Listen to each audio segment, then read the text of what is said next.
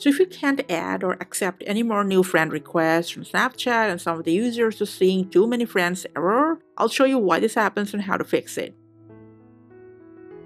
Alright, so the current friend limit on Snapchat is 6,000. If you already have that many friends, Snapchat will not let you add any more friends unless you remove some of your inactive friends first.